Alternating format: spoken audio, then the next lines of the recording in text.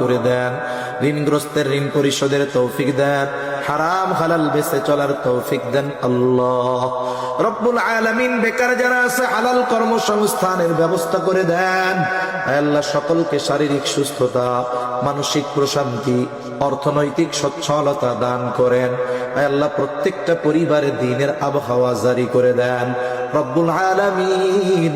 খাস করে আমরা যারা হাত উঁচু করেছি আল্লাহ, আমাদের মধ্যে হয়তো অনেকের মা নাই, অনেকের বাবা নাই। আয় আল্লাহ, মা বাবা কত বড় নেয়ামত, যার নাই সে বোঝে মা বাবা কত বড় নেয়ামত।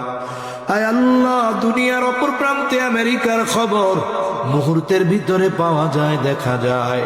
3 হাত মাটির নিচে ওই মোহাম্মতের মা বাবার কবরের খবর জানা যায় না, দেখা যায় না। আয় আল্লাহ, গুনার কারণে যদি কারো মা বাবার কবরে আযাব হয়, এখানে উলামায়ে কেরাম আছেন, তালিবুল ইলম আছে, আপনার দাড়ি পাকা বান্দা আছে, যুবক আবেদ আছে, মুসাফির আছে, যাকে পছন্দ, যারা আমল পছন্দ, তার আমলের ওসিলায় ওই মা বাবার কবরের আযাব আপনি মাফ করে দেন। কবরগুলো জান্নাতের টুকরো বানায়া দেন। কিয়ামতের দিন হিসাব সহজ করে জান্নাতের ব্যবস্থা করে দিয়েন। যাদের মা বাবা বেঁচে আছে, সুস্থ দীর্ঘনেক হায়াত আল্লাহ আপনি দান করেন। আয় আল্লাহ, যাদের সন্তান অবাধ্য আছে, সন্তানগুলারে বাধ্য করে দেন। আয় আল্লাহ, খাস করে মালিক মা বোনদের কবুল করে নেন, পর্দানিশীন বানায়া দেন। আয় আল্লাহ, 5 ওয়াক্ত নামাজ যথাযথভাবে আদায় করার তৌফিক দেন রব্বুল আলামিন। আমাদের সকলকে সকল পাপাচার, অনাচার, অশ্লীলতা থেকে বেঁচে থাকার তৌফিক ও হিম্মত দেন রব্বুল আলামিন। বেনামাজিদের নামাজি বানায়া দেন, সুন্নাত বিহীন মানুষগুলোকে সুন্নাতওয়ালা বানায়া দেন। আয় আল্লাহ, দ্বীনের উপরে চলা আপনি সহজ করে দেন।